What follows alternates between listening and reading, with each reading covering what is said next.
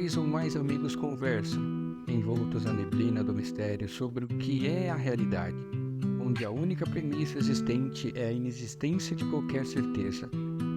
É um bate-papo franco e carinhoso sobre as questões filosóficas, espirituais e metafísicas deste universo incrível, em que estamos imersos como coadjuvantes da criação em algum nível, ou em nível algum, também não sabemos.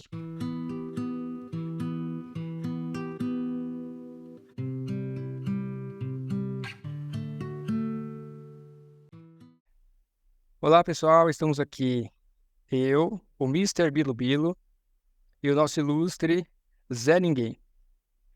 Nós estamos começando esse áudio junto com o início desse podcast, que representa tantas coisas e desde do início da ideia que eu conversei com o Zé Ninguém sobre criar um podcast, porque a nossa sinergia em algumas conversas foi tão positiva e nós temos certa inspiração. Nós estamos bem inspirados no podcast do Elefante da Neblina, que é muito interessante. E fica sempre uma vontade, aquela vontade de participar daquela conversa e de colocar alguns contrapontos que a gente acha que fica talvez esquecidos ou não notados ali. Também todos aqui imersos nessa neblina. É cada vez mais densa, mas em alguns momentos ela parece que não fica tão densa assim, a gente consegue olhar alguma coisinha. Então, por favor, passe a palavra para o Zé Ninguém. Olá, pessoal. É, Aqui quem fala é o Zé Ninguém.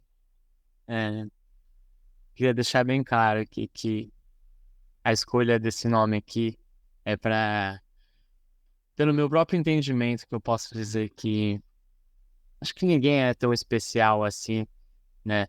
Face ao mundo que vivemos, a todas as relações que a gente compõe, né? Que nos compõe, na verdade, aqui na Terra, né? E aí, eu queria dizer que sou geógrafo, tenho uma linha voltada que a geografia me ensinou, né? A geografia me mostrou nesses 5, 6 anos de curso. Sou professor também e vim aqui bater esse papo com o Mr. Bilo Bilo, que eu tenho certeza que vai ser muito massa, vai ser muito legal, hein? Algo muito frutífero, né? É assim que a gente espera. Então, é só para complementar, eu sou programador, passo o dia inteiro programando e minha formação real mesmo é engenheiro metalurgista. Então, eu realmente caí para uma outra vertente muito interessante. As duas são muito incríveis, mas eu estou mais nessa seara da lógica e toda essa parte de programação e que também coloca uma outra visão na questão de talvez algum complemento para entender a inteligência artificial e tudo isso que gira em torno desses assuntos que agora estão extremamente em pauta. E para começar o nosso podcast, e assim, só para complementar, eu não sei exatamente até onde a gente pode alcançar. Uma das prerrogativas dos nossos nomes serem nomes até meio bestas, eu conversei com algumas pessoas e eles falaram, olha que interessante, eles falaram, mas isso não passa credibilidade. E aí eu fiquei com aquilo na cabeça. Antes de falar para você o meu codinome, Mr. Bilubilo. Aí eu falei para você, você super topou e você Sim. falou isso, né? E eu acho que é realmente isso que a gente quer passar. A gente não quer chegar aqui com nenhuma pompa, sabe? A gente quer que vocês apreciem a ideia que a gente está falando e analisem ela, para que vocês ou complementem, ou aceitem ou não aceitem, mas o intuito é passar uma ideia que ela seja analisada.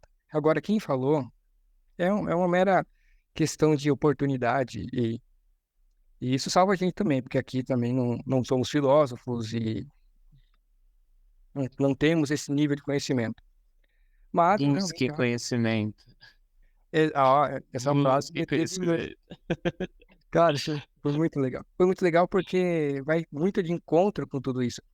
Olha como é aquela questão de sincronicidade.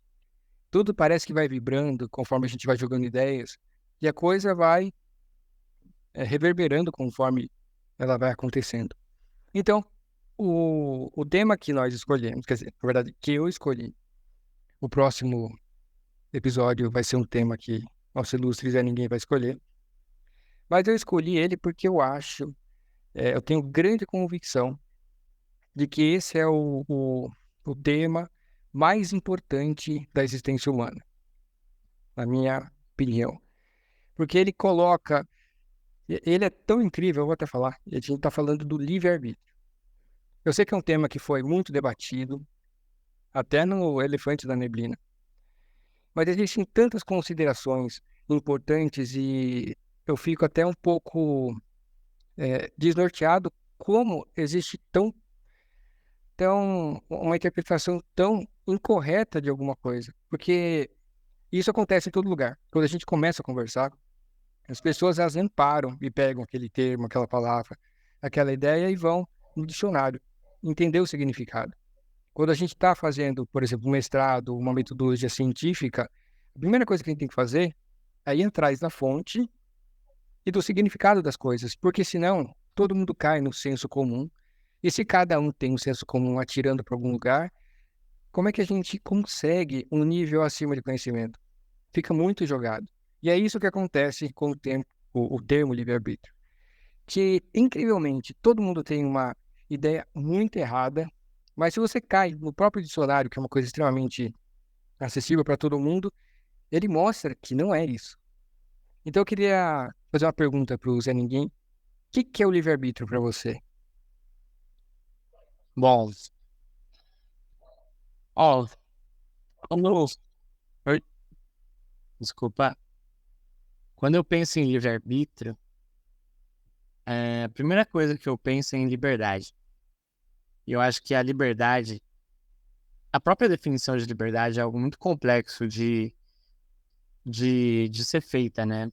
Eu digo isso até a respeito das próprias linhas, né? As próprias diferentes metodologias, se for uma percepção mais materialista ou mais fenomenológica. Eu creio que você pensar em liberdade é algo muito complexo e você discutir sobre isso também é algo muito complexo. Mas, quando eu penso em livre-arbítrio, eu penso nessa liberdade da consciência. E por liberdade da consciência, a própria liberdade da ação. Então, é, nessa consciência que nós, né, seres humanos, a gente pode ter para tomada de alguma ação, tomada de alguma decisão. É, e aí como, né, voltado mais para a linha que eu estudo, que eu trabalho, eu não consigo deixar as questões justamente materiais fora disso. É, não fazendo isso uma questão, tornando isso uma questão redundante, só isso, mas eu não consigo pensar no livre-arbítrio se não for também numa percepção do quanto as questões materiais elas vão colaborar com o entendimento desse suposto livre-arbítrio. E aí, eu gosto de trazer um exemplo que eu mesmo estava lendo esses dias e comecei a pensar sobre, em relação a como, por exemplo, é, eu sou uma pessoa que eu nasci aqui num território demarcado chamado República Federativa do Brasil, né? E que isso, há séculos atrás, não existia essa demarcação territorial, né? Essa divisão de Estado-nação, e tanto que a língua materna não era o português, né? Dos diferentes povos que viviam aqui antes, dos povos originários.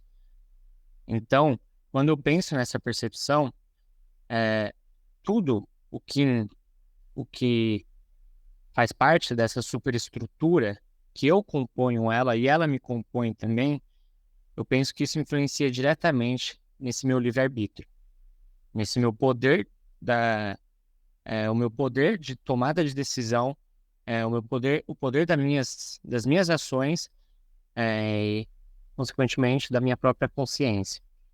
E aí, quando eu trago para uma questão superestrutural, por exemplo, a própria língua portuguesa que a gente fala, né, ela tem as suas definições, né? diferente de uma língua alemã, por exemplo, ou diferente do tupi, né? Essa percepção das palavras, ela muda muito. E aí, para além da linguagem, quando eu trago para pensando agora numa questão mais pessoal, assim, não numa questão só superestrutural, mas na própria família, né? Como que é a família onde você nasceu? Como que é a estrutura da sua casa? Quais são as coisas que você come? Quais são as coisas que você leu?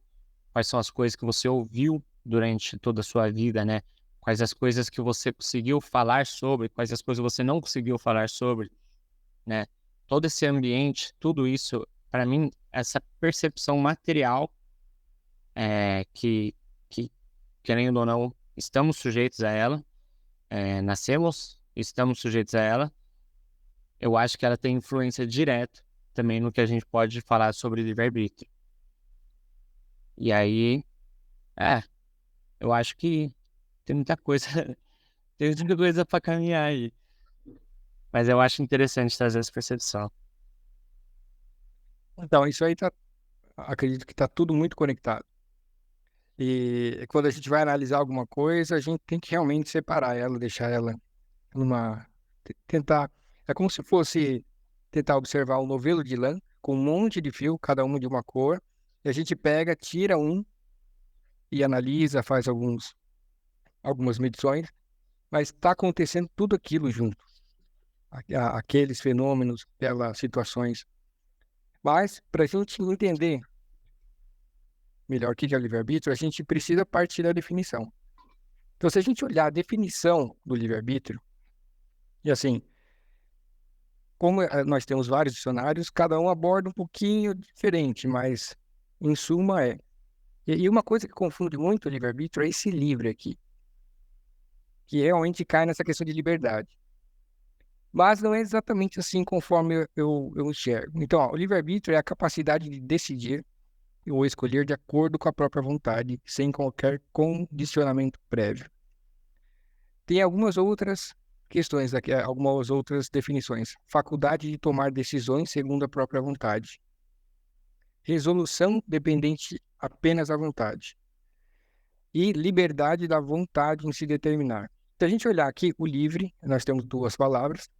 Uma é essa liberdade, que a gente tem esse conceito mais claro. E arbítrio, o significado de arbítrio é vontade. Então, se a gente fizer uma tradução aqui livre, é livre vontade. Então, olha que diferente. O livre-arbítrio, ele não está exatamente ligado com a escolha em si, mas com a vontade e com a liberdade dessa vontade. Isso, quando a gente começa a analisar, muda muita coisa. Colocando de outra forma, quando a gente tem uma vontade, aí cai muito no que você falou, em toda essa estrutura que o indivíduo está ali imerso.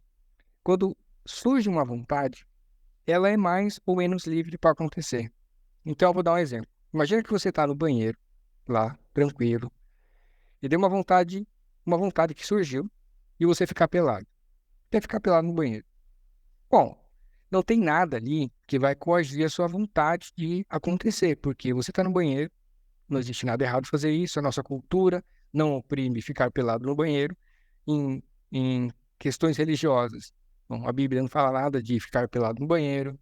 Então, não há nada que coage você ficar pelado no banheiro. Então, o que você vai fazer? Vai ficar. Então, essa sua vontade que existiu ali, ela é inteiramente livre. Agora, imagine que você está no trabalho com um monte de gente e surge a mesma vontade. O quão ela é livre para acontecer? Muito pouco. Então, o livre-arbítrio ele não está ligado exatamente com a escolha. Ele está ligado com a liberdade que essa vontade tem de acontecer. Agora, na nossa estrutura, e com as leis, ou com aquela. Tanto que a gente tem aquela visão da criança, muito inocente, que ela sai fazendo coisas. E aí, quando a gente começa a perceber que ela está entendendo, que começa a ficar com vergonha, que está se sociabilizando, ela vai podando aqueles comportamentos, porque ela sabe da consequência daquilo. Então, ela vai ficando com as vontades cada vez menos livres. E aí tem as leis que coíbem exatamente a vontade. Então, o cara quer ir lá matar alguém, não pode por causa das consequências. Então, o livre-arbítrio ele está atrelado com a vontade. E não só com a escolha, ela é uma resultante dessa vontade com essa liberdade. E o que é mais interessante disso é quando a gente observa essas questões, e eu vejo muitos filósofos definindo o livre-arbítrio como o livre escolher. E eu acho isso um erro muito grande. Porque quando a O gente coloca próprio dessa forma, nós estamos falando assim, qualquer um é capaz de escolher qualquer coisa. Ou isso é uma visão muito rasa do que está acontecendo. Então, se a gente olhar para nós mesmos e nos voltarmos a um momento que tivemos, por exemplo, um surto de raiva. Eu acho que quando você já é adulto, você teve alguns momentos que você teve um surto de raiva. Então, colocar dessa forma é como se naquele momento que você está com raiva, cansado, estressado, com toda aquela questão química, com tudo aquilo, com os traumas, com tudo aquele universo seu, gerando aquela resultante, de repente você vai se anular magicamente e falar, então, não, eu não preciso, eu posso escolher qualquer coisa. Essa ideia ela é muito absurda e o problema, ela é tão rasa e ela não responde, ela não aponta o que está acontecendo. Então, quando a gente começa a pensar, tá bom, a vontade surge e ela é mais ou menos livre para acontecer. Mas o que que gerou a vontade? É essa a pergunta que a gente começa a perceber e vai dando mais pistas de que aquela vontade surge. Primeiro, é uma coisa bem interessante pensar. Você vai numa padaria e quer um sorvete. Cada um tem o seu gosto. Eu vou na padaria e eu adoro chocolate. Então eu tenho vontade de tomar um sorvete de chocolate. Agora, eu tenho controle daquela vontade? Eu tenho controle de gostar de sorvete? Eu tenho controle de gostar de homem ou gostar de mulher? Eu não tenho esse controle. Mas essa vontade, ela surgiu de alguma coisa. Ela foi gerada por alguma coisa. E aí a gente vai percebendo que o que gera essa vontade é um resultado intrínseco de todas as resultantes em nós mesmos, os nossos traumas, a nossa educação, a violência que a gente passou, a falta de oportunidade, o país em que a gente está inserido. É muita coisa acontecendo que explica toda uma cadeia de causa e efeito que resultou naquela vontade que surgiu sem controle. E daí para frente, por que que alguém escolhe uma coisa ou outra? Então a gente tem várias situações e vários exemplos de pessoas que em momentos críticos fazem de um jeito, fazem de outro. E aí quando a gente começa a explicar, mesmo que de forma não exata, porque como é que a gente vai exatamente explicar como uma pessoa fez alguma coisa, por quê? Mas a gente consegue entender que aquilo ali é um resultado que todo aquele ser humano naquele momento. Uma outra forma de elucidar isso, bem interessante, é assim, imagina que tem uma pessoa na colina, ela vai lá, pega uma pedra e joga. Aí você vai lá, pega o DeLorean do De Volta para o Futuro e volta naquele ponto. E, logicamente, você não vai mudar nada ali, não vai, a pessoa não vai te ver, para você não alterar nada. Então, quando você chega naquele ponto, a pessoa, ela vai fazer a mesma coisa. Porque jogar a pedra, ela parar ali, ela ter ido até lá, é um efeito de uma causa anterior, de bilhões de variáveis ali acontecendo e gerando aquilo. Então, quando a gente pensa no livre-arbítrio como simplesmente livre escolher, qualquer um pode escolher alguma coisa, a gente está abrindo mão de um entendimento muito profundo do ser humano, do que leva ele a fazer algo, e além de ficar super raso, a gente perde uma coisa muito interessante. E assim, muito, que na minha visão muda tudo. A gente perde uma questão que se chama a inevitabilidade. Então, poderia a gente fazer uma outra escolha naquele momento específico? Então, a gente está naquele momento, mas poderíamos ter feito uma outra escolha? Então, se você perguntar para um assassino que matou naquele momento visceral, daquele estresse, daquele desejo, daquela loucura, daquela insanidade, ele poderia ter feito diferente? Porque se ele pudesse fazer diferente, então tem algum problema aí. Porque se ele não puder, se a escolha dele não é uma resultante dele mesmo, ela é uma resultante do quê? E se ela não é uma resultante dele, como é que você vai colocar a responsabilidade dele se vê alguma outra coisa que ninguém sabe o quê e coloca aquilo? Isso é uma coisa que a gente conversou sobre o acaso. E o acaso é algo muito interessante, porque na minha cabeça eu tinha como acaso o conceito comum. Mas se a gente olhar na definição, o acaso ele não fala de um efeito que foi gerado do nada, magicamente. Ele só fala de um efeito, de um evento extremamente complexo que a gente não consegue prever por questões da complicação em si. Então, por exemplo, você vai lá, joga dados numa mesa de jogo. É um evento caótico, o acaso, porque como é que você vai conseguir todas aquelas variáveis que estão ali intrincadas no momento do dado, no momento do jogo? Então você fala que é um acaso, mas em nenhum momento, na definição do acaso, você tem essa ideia que eu também tinha de algo que gerou nada. Então, o nada, e se uma parte da escolha fosse gerada por esse acaso de senso comum, que é um acaso que não existe, como é que você responsabilizaria alguém e qual o controle que ela teria sobre aquilo se foi gerado dessa forma extremamente hipotética de senso comum que não tem nenhuma corroboração na definição em lugar nenhum? Você percebe que que a pessoa não tem controle, a gente não tem controle da nossa vontade e das resultantes disso. E qual que é a ideia de tudo isso? A gente olhar para o ser humano de uma forma diferente. Porque quando você olha e fala, não, ele poderia ter feito diferente, você está evitando considerações extremamente importantes com a questão social, com a questão da família, com o que gerou aquilo, o que gerou toda aquela situação. E aí que tem um peso todo essa questão estrutural, toda essa questão da opressão que é, é, ela vai acontecendo aí de geração em geração e gerando esse tipo de coisa. Então, o que você acha dessa abordagem que eu trouxe? Porque ela é uma abordagem bem complicada, principalmente na questão materialista. Na questão metafísica, talvez ela fique um pouco mais conciliatória e interessante, porque você coloca a existência de outras questões. Mas na visão materialista, ela fica muito louca, porque quando você percebe que tudo é pré-determinado, você começa a colocar um sentimento muito complicado nas pessoas. Porque você fala, bom, se tudo é pré-determinado, qual é a liberdade? Uhum. Mas aí tá vendo que você começa a confrontar conceitos. A liberdade não está exatamente relacionada a isso. E essa pré-determinação, ela é visível e apreciável a quem? Só se for apreciado a alguma entidade, vai ser uma entidade suprema, Deus, ou qualquer outra coisa de muito poder. Porque pra gente, isso é só uma questão de conjectura mesmo. Sim. Existe até chama Demônio de Laplace. Laplace era um matemático, né?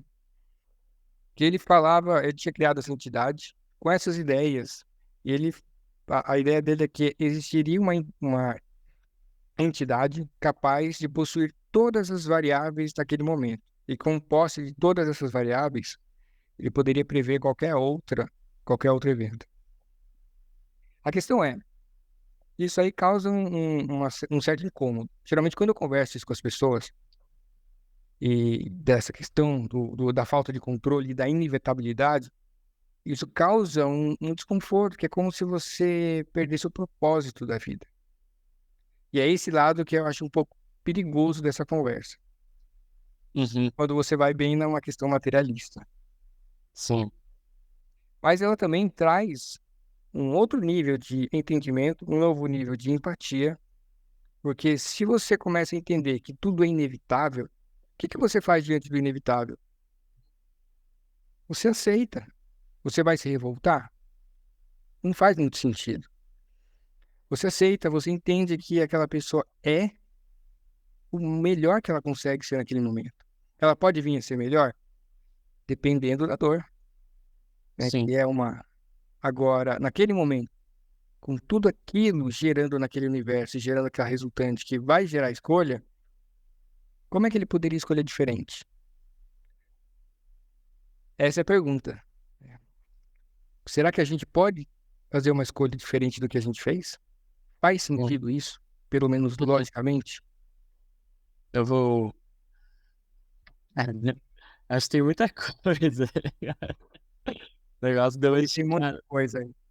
Não, deu uma escada monstra aqui, foi legal. Não, acho muito interessante. Acho que até as ideias que a gente estava trocando antes, assim, eu acho que agora foi possível entender mais, entender um pouco mais sobre isso, sobre até o seu modo de pensar, assim, como você traz essa definição. Acho que começando pela vontade, né? Toda essa ligação, assim, da liberdade da vontade e você trazer, né? Quer dizer, né? Tirar da própria escolha, eu acho que isso já quebra muita gente, né? Como você mesmo falou, muitos filósofos, o próprio Sartre mesmo, quando ele vai falar de liberdade, ele traz a liberdade da escolha, né? A angústia, a escolha, e algo que faz eu mesmo ficar questionando muito o Sartre, assim, quando ele pensa nessa ideia de liberdade no sentido do poder da escolha, que todo mundo é livre para ter as suas escolhas, né? Você é livre para tomar a decisão que você quiser tomar, assim. E aí isso é algo que não faz sentido na minha percepção, pelo Não menos. faz, não Não faz. faz sentido, Porque não tem como. como é que alguém que não teve instrução nenhuma, que está na favela, que teve abuso, os pais são totalmente também desvirtuados. É lógico que tem aquelas pessoas que elas conseguem vencer isso de alguma forma, mas tudo isso vai colocando outras dificuldades nessa consciência que, para ela conseguir resolver, vai exigir Sim. muita coisa. Sim. Mas é uma ideia, É, né? Acho que tudo eu isso, também realmente isso não consigo. traz um alcance muito limitado, assim. E até quando ele fala da angústia, né? Eu acho que quando você traz para a decisão, né? Para o seu poder de decisão, pelo menos, de alguma coisa, sempre que você tomar uma decisão, você vai ter alguma angústia por trás, né? Que tomar uma decisão é deixar outras de lado. Isso aí eu até acho massa, assim. Eu acho que para mim faz muito sentido. Quando pelo menos eu vi sobre, eu achei que faz muito sentido. Agora, é, eu fico com assim, isso da tomada de decisão, né? Se a gente não controla a nossa vontade, tipo assim, a gente pode controlar as ações que a gente toma, né? Diante de alguma coisa. É como, por exemplo, é, eu cheguei do trabalho cansado, estou extremamente estressado e acontece alguma coisa na minha casa que vai fazer eu querer brigar. Eu tenho a escolha. Eu acho que eu realmente, nisso, eu posso ter uma escolha de, de gritar com determinada pessoa que está ali do meu lado, ou, por exemplo, não gritar. Acalmar, esperar acalmar a cabeça e depois, vamos lá, daí a gente conversa depois mais tranquilamente. Mas a vontade, no momento, ela vai existir. E se essa vontade a gente controla ou não, eu acho que é uma questão bem profunda, pra falar a verdade. É algo realmente muito profundo, cara, porque o controle da própria vontade, eu penso, por exemplo, em relação ao consumo, né? É, que o capital, a sua produção, reprodução, a base da sua acumulação, da sua concentração, a forma como ele funciona é através do consumo, nada além do consumo. E esse consumo são vontades que são criadas na gente através de propaganda, de marketing, isso a gente já sabe muito bem, né? É, mas eu fico pensando assim, o quanto, por exemplo, você acaba tendo uma vontade porque simplesmente alguma dos seus sentidos, né? Algum dos seus 5 sentidos, o quanto você conseguiu ver ou ouvir algo, por exemplo, descendo a timeline do Instagram. Você vai vendo os Reels do Instagram, ou seja, no TikTok, ou no YouTube, ou no Twitter, onde seja, e a partir daquilo vai te gerar certas vontades, sendo que você faz parte, né, de um jogo de algoritmos ali, onde o consumo precisa estar presente cada vez mais, né, e toda essa estrutura, né, para gerando mais capital assim para uma determinada pessoa, né, um determinado grupo de pessoas. Eu fico pensando nisso, o quanto, tipo, por exemplo, em relação a isso, a gente não tem um poder, é, não tem outras pessoas que têm, por exemplo, um poder sobre a sua própria vontade, não tem, tipo, toda uma estrutura um conjunto de pessoas, falando em relação ao consumo, que essas pessoas elas não estão assim, estabelecendo ou pré-estabelecendo as suas vontades, isso pensando na forma de gerar mais capital, por exemplo. Então, você colocou um exemplo bem interessante, que você está falando exatamente do controle. Bom, eu não posso controlar as minhas emoções, então você chega em casa cansado, estressado, aconteceu alguma coisa, deu aquela vontade de gritar, mas você se controlou. Aí a pergunta que a gente tem que sempre fazer é: por que você se controlou? Ou melhor, por que você conseguiu se controlar? Porque em duas pessoas na mesma situação, uma gritaria e outra não. Então, quando a gente faz esse questionamento, o que fez você conseguir se controlar? Será que você tem controle por esse controle? Olha que viagem, eu vou viajar. Imagina assim, aconteceu um acidente de trânsito e quem estava guiando era um monge. O cara estava estressado, mas o monge estava na paz e tal, ele saiu e tal. Aí a gente fica olhando, nossa, o monge controlado. Mas o que que gerou aquele controle do monge? Será que não foi ele ter virado um monge, ter tido essa inclinação, a educação que ele teve, todo esse controle que ele conseguiu manter, ele não teve controle, porque toda a vida dele, ele de uma forma ou outra, foi empurrado para aquele momento. Então, quando você conseguiu se controlar, é que para mim faltam, eu acho, palavras e uma coerência melhor para dizer de outra forma. Então, eu até digo que existe uma questão nesse aspecto de controle, o controle circunscrito, que é aquele que você dominou certa capacidade de se controlar e gerenciar suas emoções, e o controle geral. Qual que é a ideia? Você não tem controle sobre aquele controle. Então você só conseguiu dominar os teus impulsos por várias outras consequências, inclinações suas e trabalhos internos que você fez. Então, por exemplo, você é um cara que foi lá e fez meditação, tem um certo incômodo com a questão de gritar com as pessoas. Então, tudo isso vai galgando esse controle no final. Então, naquele momento que você não gritou, que você conseguiu não gritar, você não tem controle sobre aquela situação. Você controlou a situação em si, mas aquele poder, aquela capacidade, você não tem controle. Porque ela foi gerada por toda essa cadeia de acontecimentos. Então, agora sim, é, essa vontade ela é totalmente manipulada, manipulável. Tanto que as massas são manipuladas o tempo inteiro.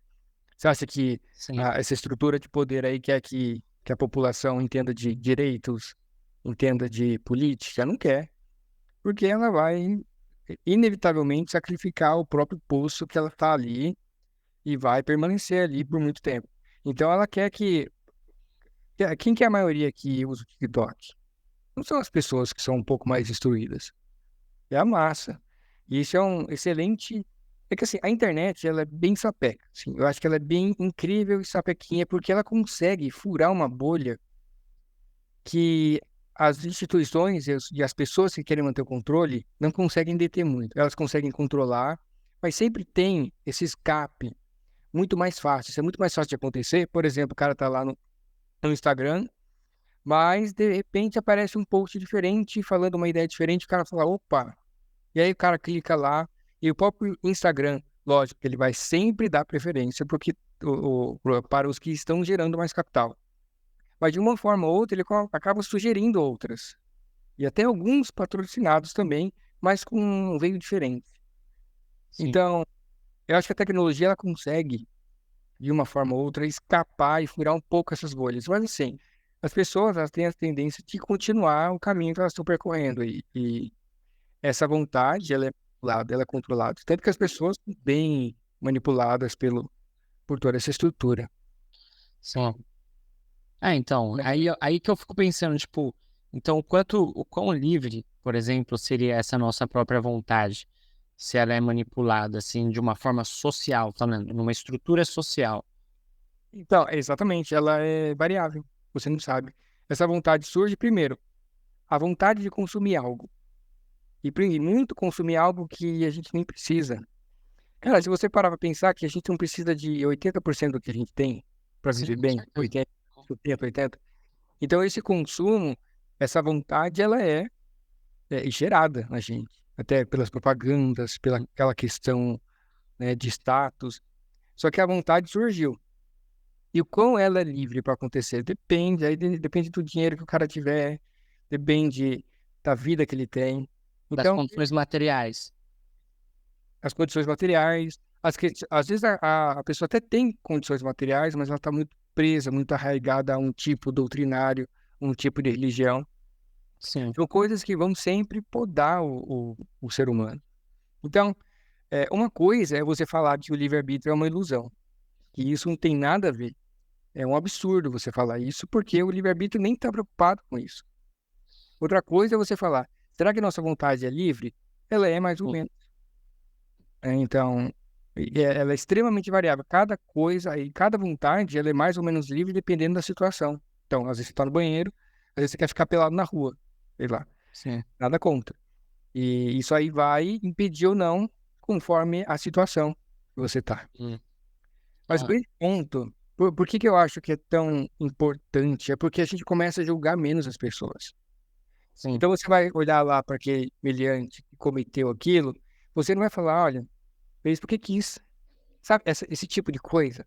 Fez porque quis, podia ter feito diferente. Cara, Pronto. aquilo ali, aquela escolha que ele fez, ou a escolha que todas as outros seres humanos e todas as outras consciências que fizeram foram inevitáveis. Se não foi inevitável, me mostra uma possibilidade de sair dessa lei de causa e efeito. Sim. Ah, então, Eu ainda, eu penso que foi inevitável justamente porque aconteceu, né? Se é algo que já aconteceu, cara, é é que, simples assim. é que nem quando eu penso, tipo, é, e eu acho que é muito possível a gente ver a vida dessa forma, né? No sentido de que, assim, por exemplo, O problema. você termina uma relação. Você termina uma relação de longos anos. E aí, depois que você termina nessa relação de longos anos, você pode se pegar pensando, nossa, o que eu poderia ter feito diferente? Talvez se naquele dia eu não tivesse falado isso, falado aquilo, né? O que seria, né? Só que eu sempre quando eu chego em algum ponto assim, eu mesmo viro pra mim e falo, eu falo, cara, calma lá, calma lá. Você tá querendo brisar, você tá querendo viajar aí numa ideia que não existe, porque literalmente não existe. O que eu, as outras mil possibilidades que poderiam ter sido ou não, não sei, eu não vou saber. E sabe, não sei, não vou saber porque não existe. O que existiu é isso, sabe? Então, tipo, e vamos lá, assim, eu acho isso, pra mim faz todo sentido, assim, e realmente é uma forma, eu digo isso como, acho uma forma melhor de levar a vida, de ver a vida, sabe? Pra você não ficar se Sim, preocupando tanto com o que poderia ter cara, sido e não foi. o pessoal se culpa muito por causa desse ser. E se eu tivesse feito diferente? Ah, Isso é um outro problema. As pessoas acharem que poderiam ter feito diferente. sim, Só que não podem. As nossas escolhas, elas são igual uma reação química. A hora que atinge determinado limite, elas acontecem. Aí você vai lá, pega uma reação química que aconteceu, e fala, por que que você não aconteceu diferente? Você ia gerar um óxido, por que que você não virou uma flor? Cara, mas não dá, não dá. Ou a forma como a gente julga as pessoas, é, eu tenho uma pergunta. pode falar. Eu queria saber o que você acha, por exemplo. Você acha que existe um perigo nisso? De, por exemplo, não, tipo, agora, não sei se eu vou sair um pouco disso que a gente estava falando exatamente agora, mas no sentido de, quando a gente pensa que dessa inevitabilidade, né, das coisas acontecerem, se, por exemplo, uma pessoa toma uma determinada ação, você pode muito bem ver, vamos supor, uma pessoa que é próxima de você, ela toma uma determinada ação que você julga não gostar, que você não gosta. E a partir disso, você conhece o contexto dessa pessoa, né? Você conhece o contexto, né? Se a pessoa é uma amiga sua, você sabe a fase que ela tá na vida, você sabe a história dela, sabe isso, sabe aquilo. A partir disso, não existe um perigo da gente acabar banalizando um pouco a escolha que essa pessoa teve e como ela agiu, e, tipo, tirando a responsabilidade dessa pessoa também, porque ela também é responsável pelas ações dela, né? Então, eu penso nisso. Não tacando pedra em alguém nem nada do tipo, mas só de... Não é... A gente não tem que tomar cuidado para simplesmente não responsabilizar essa pessoa pelas ações dela também?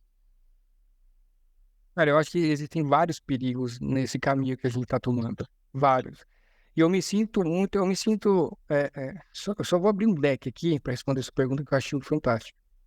Eu me sinto de duas formas. Uma, eu estou abrindo uma caixa de Pandora, que todo lugar que eu olho, filme, filósofo falando, eles enxergam a coisa de uma forma muito estranha. E assim, aí eu percebo que eu estou enxergando de uma forma estranha.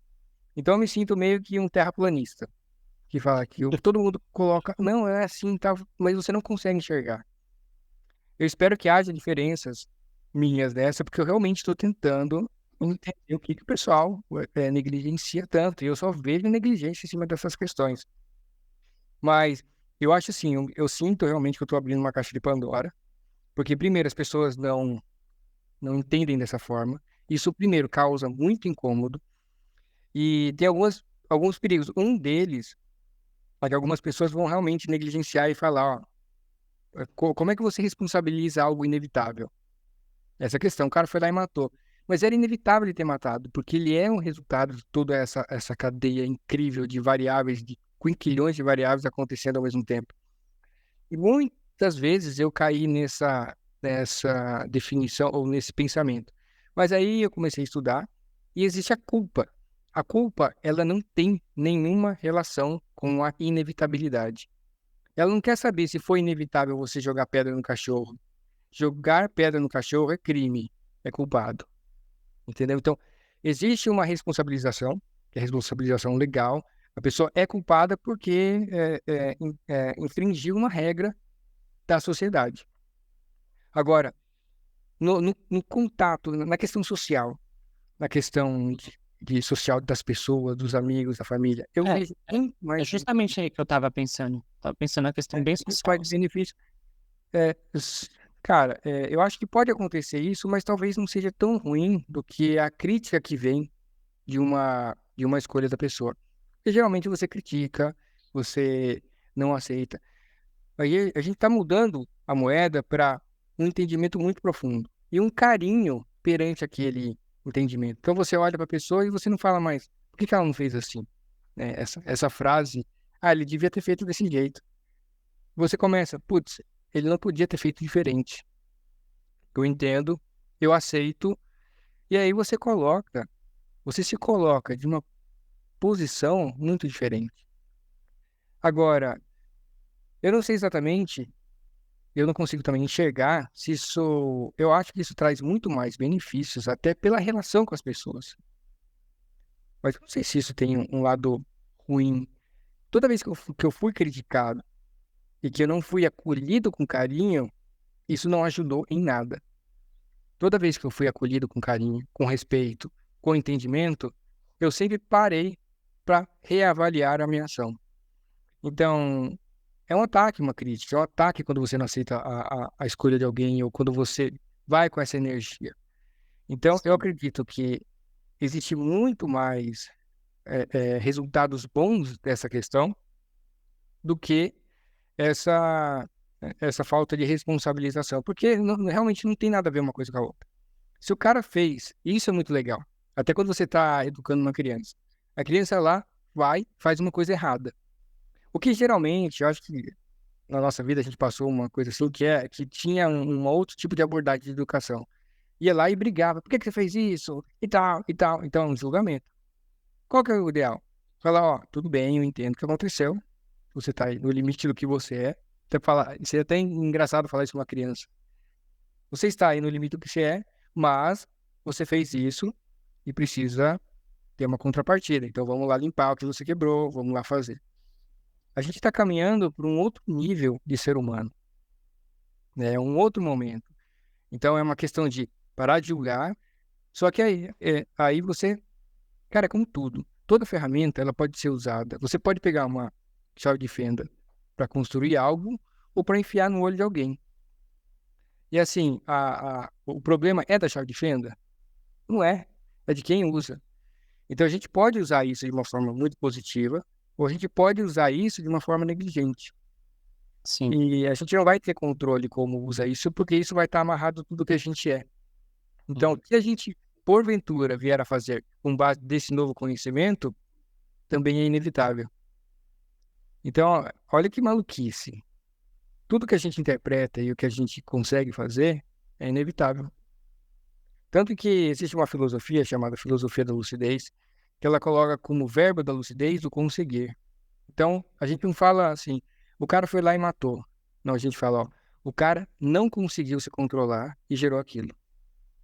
Só que quando a gente coloca esse não conseguiu, olha o nível de perspectiva do ser humano que está ali contemplado a esse não conseguiu.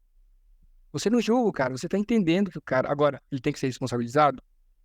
É lógico, porque senão vira um caos, Sim. né? Existe essa contrapartida.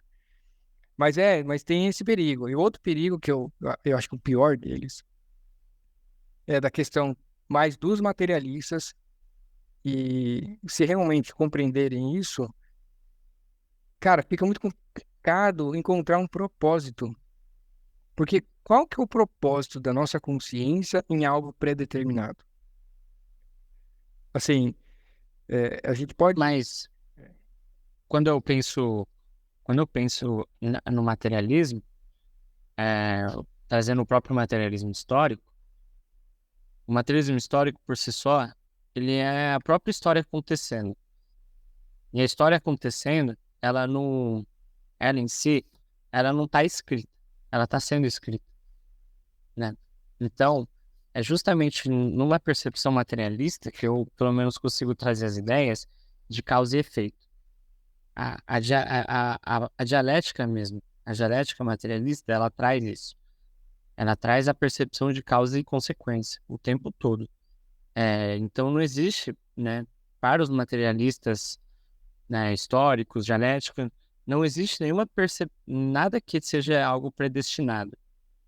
E sim, as coisas estão acontecendo, elas estão correndo ali, é causa e efeito o tempo todo.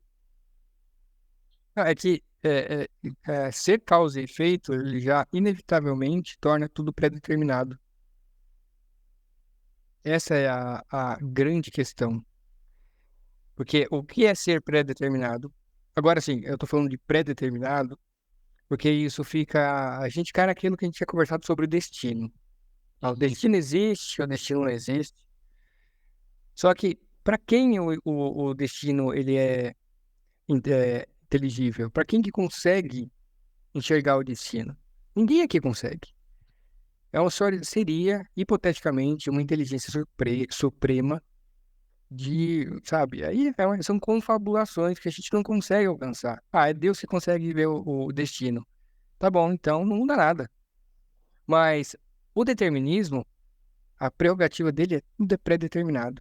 O que você foi, o que você fez e o que você fará está absolutamente amarrado tudo que vai acontecer com sua consciência nesse andar. E é isso que gera um incômodo, porque você começa a falar, bom, e aí? Qual que é o propósito de uma existência que já está escrita? Mas aí você também tem uma outra forma de ver. Tudo a gente tem várias formas de ver a realidade. Então imagina assim, Mas sua mãe vai lá, vai falar, eu penso se como que o livre-arbítrio ele entra nessa ideia, por exemplo, das coisas pré-determinadas, sendo que cara, muito legal. Porque tem muita o- gente, não, não, só fala aí. isso, pode falar. Tem muita gente que fala que o determinismo ele é contrário ao livre-arbítrio, Uhum. o que é completamente absurdo, porque o livre-arbítrio ele é exatamente o determinismo. Quando você fala que o livre-arbítrio é a vontade, é a liberdade da vontade de se determinar, ela cai imediatamente na pergunta. Mas essa vontade, ela veio da onde? Ela está amarrada ao que você é como consciência. E você não consegue. Por isso que tem uma frase que é: nós somos escravos de nós mesmos. Nós não conseguimos sair do que nós somos, que é onde a gente vai, a gente está. Nossa consciência está atrelada a tudo. Nós carregamos todo esse passado, todos esses traumas, tudo isso. E aí A grande questão é, todo mundo que estuda muito isso fica desesperado para arranjar uma forma de anular, pelo menos em parte, o determinismo. Essa pré, eh, esse amarrado, essa lei de causa e efeito. Só que ninguém consegue, porque não faz sentido nada que escape disso. Só que isso não é uma coisa ruim, né? Aí o pessoal começa a misturar com liberdade. Ah, se está pré-determinado o que eu fiz, então não tem valor. Cara, imagina assim, você chega lá na sua casa, sua mãe está fazendo um bolo. Não, está começando a fazer o bolo. Vai lá e fala, mãe, eu volto daqui 3, 4 horas, sei lá, com o tempo que demora para fazer um bolinho. Você sabe que quando você voltar lá, ou geralmente é o que acontece, você vai voltar, o seu bolo vai estar pronto. Para fazer o bolo, você tem que misturar a massa, você tem que quebrar os ovos, você tem que pegar tudo aquilo e enfiar no forno, naquela temperatura, para acontecer. E no final você tem um bolo. Aí você fala, bom, estava predeterminado o bolo virar bolo, aqueles ingredientes virar bolo? Estava. Mas como é que aqueles ingredientes iriam virar bolo se não passasse por esse processo? Sim. Então, a gente precisa passar por esse processo independente de saber que o caminho vai chegar ali. Uhum. Se você sabe que você vai chegar na sua escola ali, se andar, sei lá, 1 quilômetro, mas você ainda precisa andar. Ah, mas já estava pré-determinado que você ia chegar. Sim, mas para isso acontecer, a existência teve que acontecer. As experiências tiveram que acontecer. Você teve que sentir o cheiro, você teve que sentir o vento, toda aquela, cara, toda Sim. a maravilha de estar vivo. Uhum. Então, é anular, esse pensamento é anular toda essa E se tonelada de for, experiências incríveis. e se for a desgraça de estar vivo? Então, aí nós entramos realmente. Aí, esse é um lado muito complexo que pessoas que estão numa situação muito. Porque realmente nós falamos de um lugar privilegiado. Então, eu tô aqui falando no meu microfone, numa casa segura, sabe? Não tenho nenhuma dor, não tenho uma doença, estou alimentado. Então, para mim é muito mais fácil falar dessa forma. E aquele pessoal que está na guerra, né, que perdeu todo mundo e tal. Só que, assim, são coisas que também são diferentes, né? Uma coisa é uma coisa, outra coisa é outra coisa, aquele ditado lá do direito. E realmente, não é porque você está numa situação mais confortável que o que você fala não faz sentido. Sim, E a pessoa que está numa situação ruim, sabe? São coisas diferentes, mas que precisam ser respeitadas. sim. Então, a pessoa ter uma visão dessa em uma situação de conforto é muito mais fácil. Mas a maioria não vai ter uma visão dessa mesmo numa situação de conforto. Eu, Mas eu assim, é penso, um ponto. é, eu penso, por exemplo, quando traz alguns exemplos assim das coisas estarem pré-determinadas, eu penso se isso não gera, eu até não estava refletindo aqui, uma possível reação passiva. E essa possível reação passiva diante de determinadas situações, o quão frutífera ela pode ser ou não, né? Aí pensando numa questão social mesmo, uma questão de classe, de raça, de gênero também.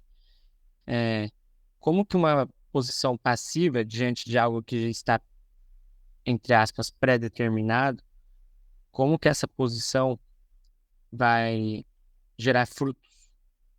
Entendi, para aquela consciência que entendeu que tudo é inevitável, como é que ela pode, isso pode Eu catalisar a digo, vontade dela se tudo é de ir para inevitável, frente? se tudo já é inevitável, por que lutar por mudança? Entendi. Tá ficando complexo o assunto aqui.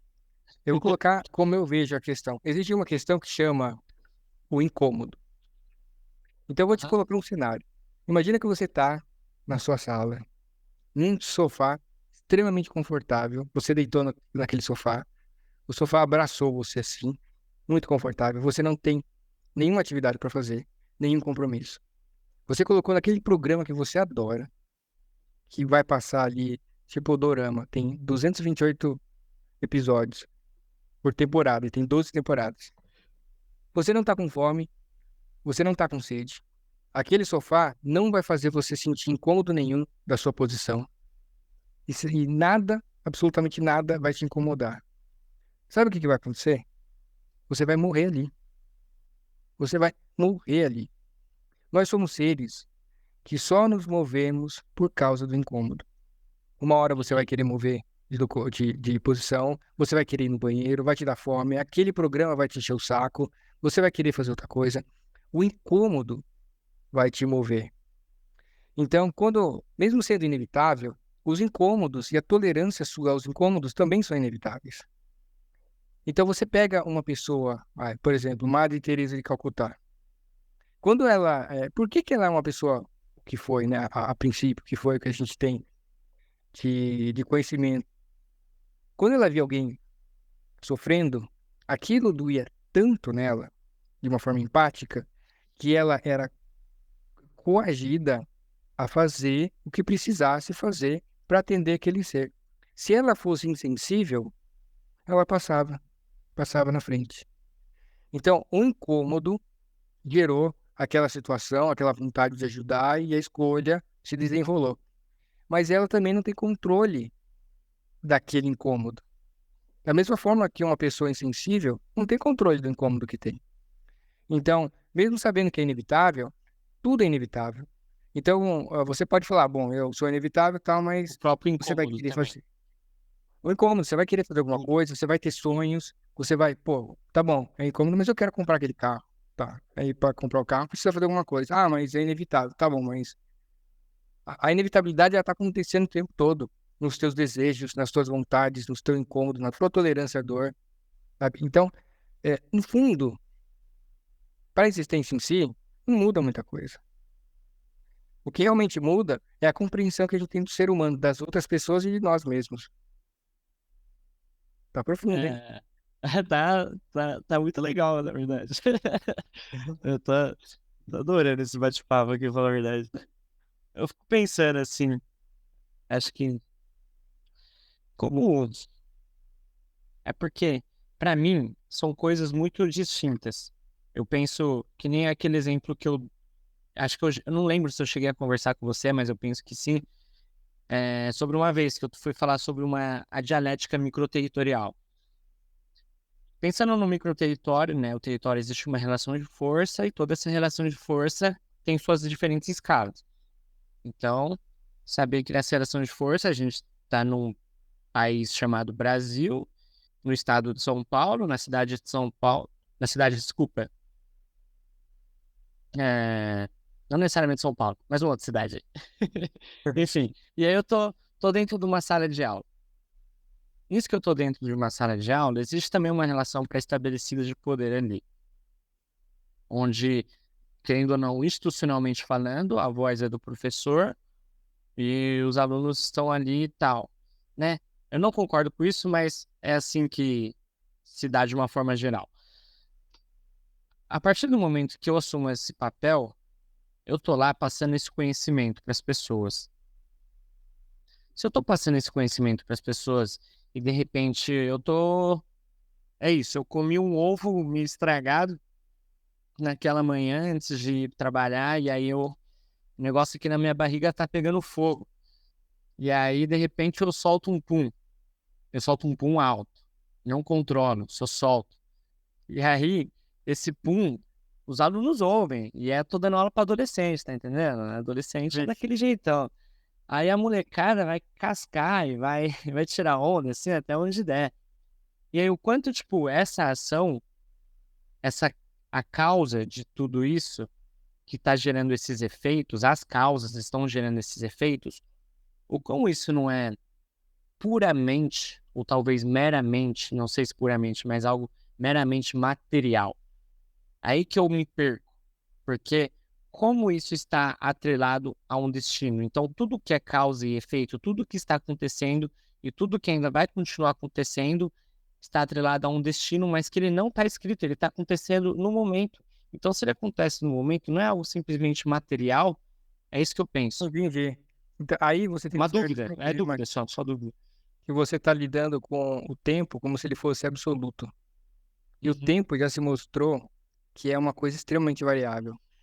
Então a gente não sabe se nós estamos em um ponto e o tempo é apenas o desmembramento da nossa consciência para resolver tudo o que está acontecendo. Porque assim, quem inventou o tempo? Cara, pensa, Calma o aí. tempo foi inventado. O tempo, ele foi inventado. A gente falou, ó, a gente precisa de uma medida tal para coisa que está acontecendo, mas ninguém falou que o tempo existe. Aham. Quem sabe tudo não está num ponto, acontecendo uma camada sobre a outra e esse tempo que a gente usou para existir, para conseguir viver e medir as coisas, que é extremamente importante, mas ele foi uma invenção. Só que é uma invenção que nós temos, nós estamos mergulhados nela desde que nascemos. Então é como se já sempre existisse, sabe? É uma coisa, é como se fosse parte da própria vida, mas não é. Uhum. Então, a própria física quântica já mostrou que o tempo ele se curva, né? Segundo a gravidade que está ali. Sim. Então a gente não tem a única certeza que que nós temos é que o tempo não é uma constante, ele é variável. Agora o quanto nós não sabemos, Sim. mas e é por isso que, por exemplo, essa pré-determinação e o destino é uma coisa que também está na confabulação que a gente não consegue chegar, né? O próprio conceito de Deus, né? Para o Espiritismo, o conceito de Deus é a inteligência suprema, causa primária de todas as coisas. Pera, se ele é causa primária de todas as coisas, não existia nada antes dele. Acabou, bugou. Mas nós não conseguimos entender isso. Se realmente for isso, não dá para entender. Uhum. Então nós estamos lidando com um limite. A gente não consegue, é um muro que a gente não consegue Sim. passar. É, Mas, eu pergunto isso justamente porque eu sempre tive a concepção diferente dessas coisas como se estivessem opostas, sabe? Da relação de causa e efeito, de um lado, e de outro lado, a predestinação de algo. Para mim, isso sempre esteve em campos muito diferentes. Daí, quando você pega e junta tudo isso, aí você faz um nó na minha cabeça, entendeu? mas você percebe que não tem como ser, porque você só consegue. É igual, por exemplo, uma função matemática. Ela te dá todos os pontos na linha do tempo, se ela for com esse eixo do tempo. Ela te dá essa função. Você consegue prever porque existe ali uma lei de causa e efeito. Quando você vai colocando os valores, eles estão submetidos às leis das matemáticas e ele vai gerando aquilo. E o pré-determinismo, ele é o determinismo acontecendo, que é essa linha do destino, né? Já Uhum. está escrito. Então, só que aí entra nessa questão de, destino não existe, como é que vai existir destino? Peraí, mas se existe destino, ele não é inteligível para ninguém aqui, certo? Só que quando você começa a Ah, pensar, tá, bom, calma. Agora mudou. Agora mudou. Se existe destino, ele não é inteligível para ninguém aqui. a gente não consegue, como é que você vai prever o que vai acontecer com Certo, a gente daqui a 10 minutos? Nós certo, não certo. conseguimos, nós somos extremamente limitados. A gente não Sim. consegue prever, cara, quando eu jogo xadrez, eu não consigo prever 2 movimentos meus, sabe? Tem Uhum. pessoas que conseguem aí uns 30 movimentos. É, é a nossa limitação. Imagina pegar todo esse nível de variável acontecendo o tempo todo e extrapolar para 10 anos. A gente não consegue isso. Talvez ninguém consiga. Entende? Mas isso não anula a questão de tudo ser uma relação de causa e efeito. É um efeito dominó acontecendo o tempo todo. Sim. A gente só está aqui porque surgiu um incômodo em nós para expor de uma forma ou outra aquilo que a gente tem vontade de falar. Sim. Então, nós somos escravos desses desejos, dessas vontades que vão acontecendo, Uhum.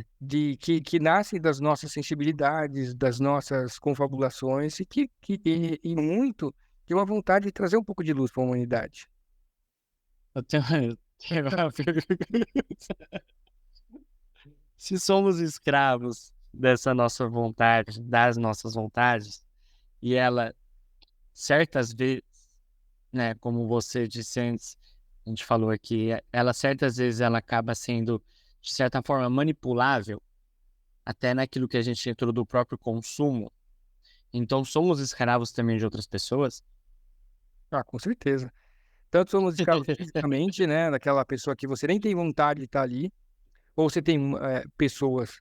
psicóticas que manipulam você a ponto de você não conseguir sair, por exemplo, de uma relação abusiva, que tem origem, muito provavelmente, do abuso que você teve dos seus pais e de tudo aquilo, mas você tem todo esse tipo de escravidão. Escravidão consciencial, psicológica e física. Tudo isso acontecendo.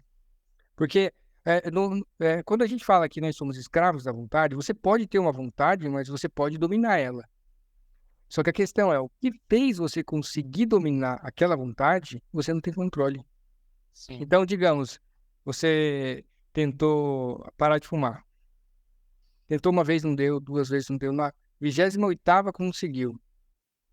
Então, quando aparecer uma outra vontade, você pode conseguir controlar ela, mas aquele controle só foi construído e só emergiu depois de todos os outros fracassos e dificuldades e dores que aquilo causou, que te estruturaram para chegar ali numa consciência capaz, ou porque está cansada de sofrer, ou porque também está cansada de sofrer, mas conseguiu um acompanhamento psicológico, um acompanhamento terapêutico e tal, e tudo aquilo, e conseguiu resultar numa vontade superior àquela vontade de fumar. Então, Sim. nós não temos controle a isso. Então, nós podemos vencer uma vontade se aquilo for possível. E se nós perdermos aquela vontade, vencer ou perder, ela vai ser uma situação inevitável de toda essa cadeia de acontecimento. Então, não está separado, está tudo junto. O Uhum. pré-determinismo, o determinismo, o destino, está tudo atrelado. Na filosofia, o pessoal trabalha com determinismo e indeterminismo. Determinismo é o que a gente não sabe, não consegue. Por exemplo, em 1700, o pessoal não sabia sobre o lançamento de um objeto inclinado, né, que é uma questão física. Então, era um movimento indeterminista. Não se sabia, mas não quer dizer que, por ele ser indeterminista, que ele não era possível de ser determinado. É que a gente não conhecia. A nossa ignorância o tornava indeterminista. Mas tudo aquilo poderia ser explicado, e tanto que foi.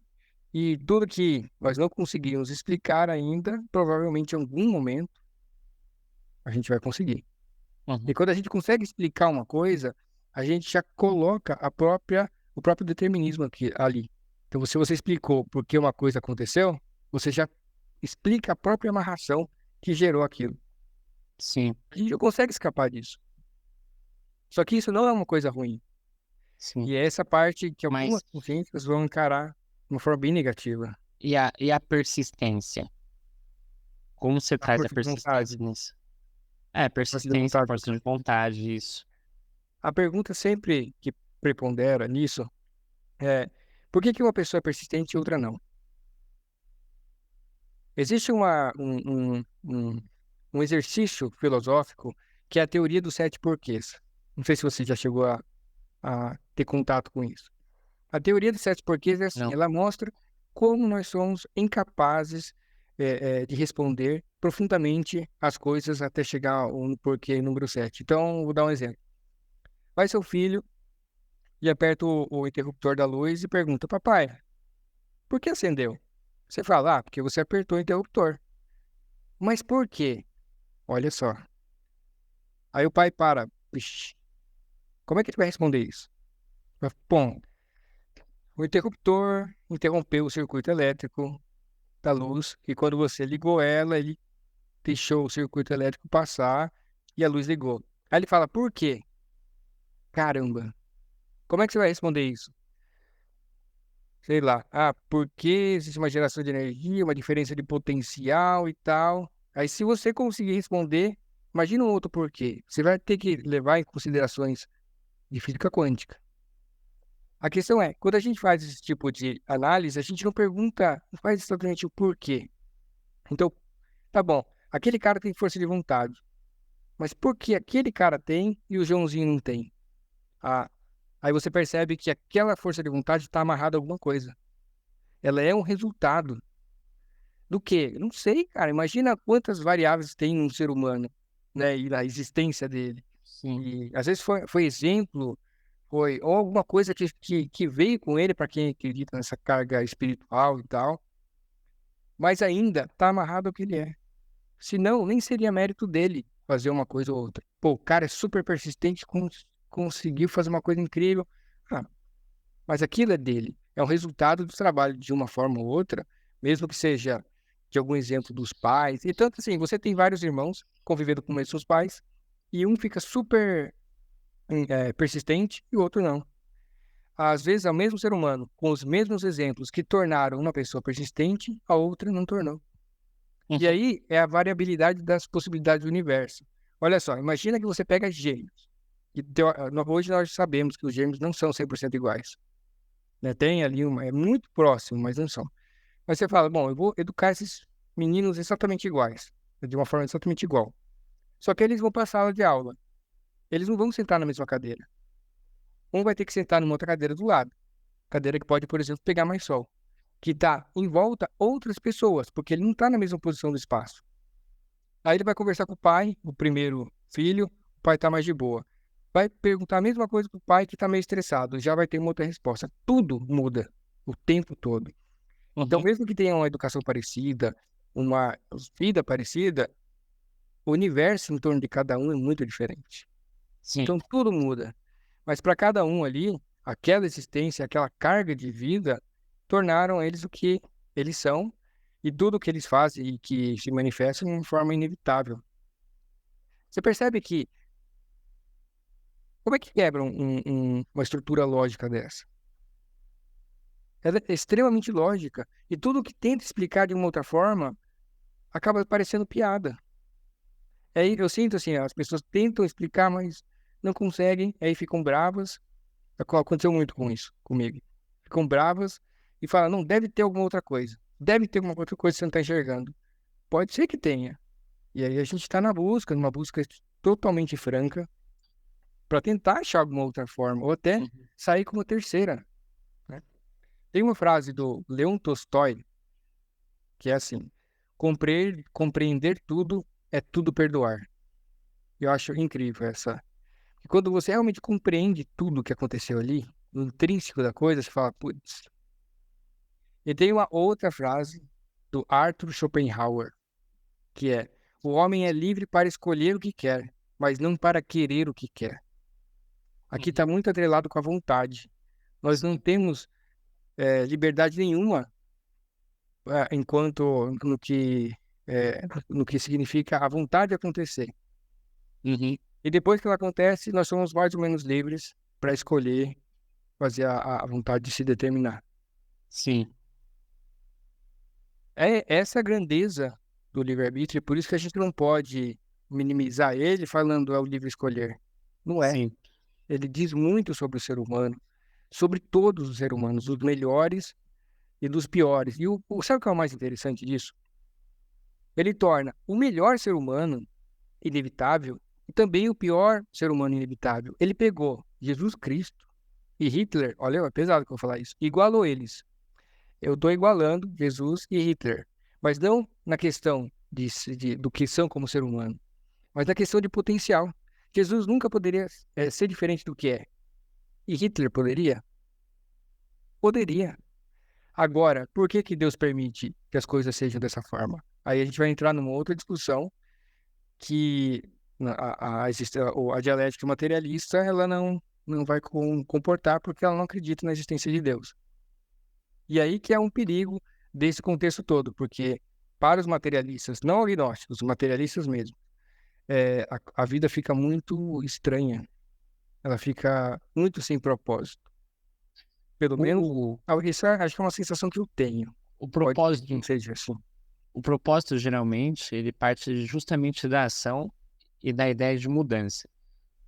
É ação e mudança. Aí parte o propósito. E da coletividade, não tem como, assim. Porque, pelo menos uma dialética materialista, falando né, do pessoal tem, que tem essa visão, pelo menos hoje em dia, não vou falar de Hegel, nem dessa galera de 300, 400 anos atrás, não. Mas de hoje mesmo, assim, é, a coletividade, o poder da coletividade, assim, é geralmente o que sustenta esse pessoal para ter uma luz no fim do túnel. E é literalmente daí onde eles tiram força para poder seguir com a sua visão, assim, porque realmente, assim, quando você vai vendo o mundo, materialmente falando, do que ele é, como ele está sendo, as coisas que acontecem nele, assim, é muito difícil. E aí você precisa de um propósito. E o propósito está justamente nas ações, na coletividade e nesse sempre na crença da mudança. Ah, entendi. É no poder de mudar esse cenário, né? É, o poder de A mudar. vontade, O poder de entendi. mudar. Isso, Bem legal. e por isso que é dialético, porque a dialética, ela vem de uma.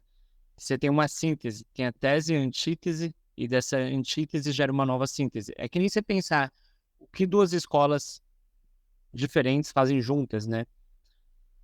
Elas se contradizem. Elas se contradizem. E a partir da contradição, você gera uma nova síntese. E nisso, só que aí trazendo de uma forma, né, filosófica e tal, trazendo isso para muitos aspectos do pensamento e da vida também. E aí, a partir disso, é sempre a perspectiva de mudança. E a perspectiva de que nada é consolidado numa coisa só, né? E também nada é isolado. Nenhum fator está meramente isolado, e sim num conjunto de ligações ali, constantes, e que isso gera aquilo em determinadas mudanças, assim.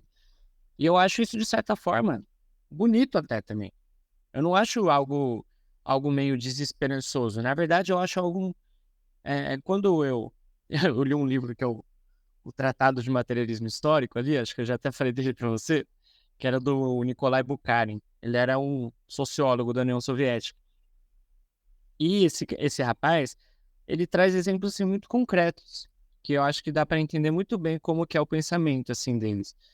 E aí, o que eu acho muito curioso é como isso, assim, pode ser algo pesado, mas também pode ser algo muito bonito de ser visto. Porque você sempre tem a perspectiva de mudança, você sempre tem a perspectiva de que as coisas acontecem, cara. Tipo assim, no sentido de existe uma. Dá uma esperança também. A mudança traz esperança também pra muita gente, né? Então, eu acho que é isso. Tipo, não vejo isso como, apesar dessa falta de Deus, é, não, não acho que eles têm uma visão ruim das coisas. Acho que eles têm uma visão bonita, inclusive. E é através das ações. Das Mas você ações acha que mesmo. isso em um certo aspecto, generalizado nos materialistas, ou você tem, como em tudo, né? Os materialistas mais otimistas, que enxergam de uma forma esperançosa uma possível mudança, e os pessimistas, ou é uma coisa que a própria corrente materialista ela faz acontecer? A corrente materialista faz acontecer. A materialista, É legal. materialista e dialético. Materialista histórico e dialético.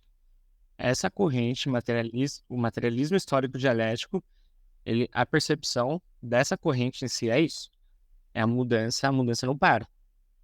A mudança não para. Tanto que não tem como você simplesmente, os cabeças, né, dessa própria filosofia, desse próprio método, eles não, eles simplesmente não fazem com que, tem que se apegar a isso, a essa linha e ser apego a ela somente. Não, é justamente na conversa com outras linhas que as outras coisas vão surgindo, né? Tanto que pelo menos os que eu mais acompanho, assim, os que eu mais gosto, eles vão pelo menos numa linha assim bem, cara, a mudança faz parte, sim, a mudança faz parte mesmo. Ela ela tá aí, ela tá acontecendo, vai acontecer. Isso é determinado pelas suas ações também, né? Também. Na verdade, está todo mundo amarrado à mesma lei.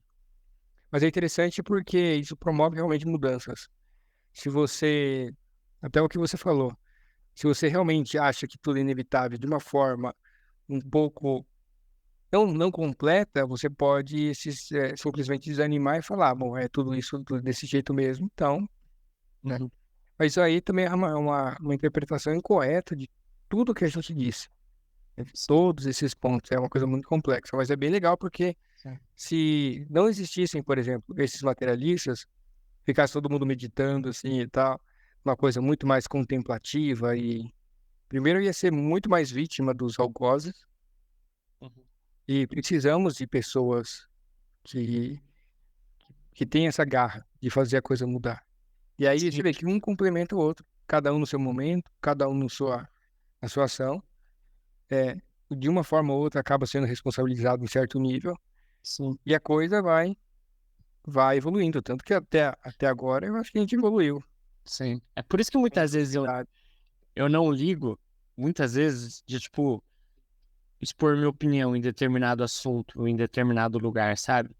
Eu sei que a gente precisa saber sempre aonde a gente está se colocando, como se portar também, né? Eu acho que isso faz parte de amadurecimento também. Mas muitas vezes eu não ligo. Eu juro que eu não ligo, justamente porque eu sei que se eu contradizer alguma coisa ali, pode sair alguma coisa, entendeu? Exato. É que depende muito da forma como você vai contradizer. Com Se ela certeza, com for certeza.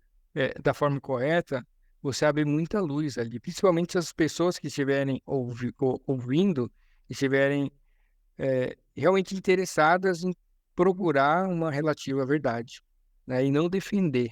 Como acho que Sim, disse Sócrates, a gente não deve defender a nossa verdade, a gente tem que procurar uma verdade. sim. Porque quando a gente começa a defender, o que acontece é que a gente se fecha e vira time de futebol, torcida de futebol, Uhum. né? Então, É, eu acho que é bem busca. isso aqui que a gente está fazendo, vamos colocando de uma forma franca, porque tá todo mundo nessa névoa Uhum. do, do conhecimento e a gente está tentando achar alguma coisa que leve um pouquinho de luz Uhum. para quem ouvir, né? É, a E para busca quem gostar. constante. Acho que a busca constante. Constante.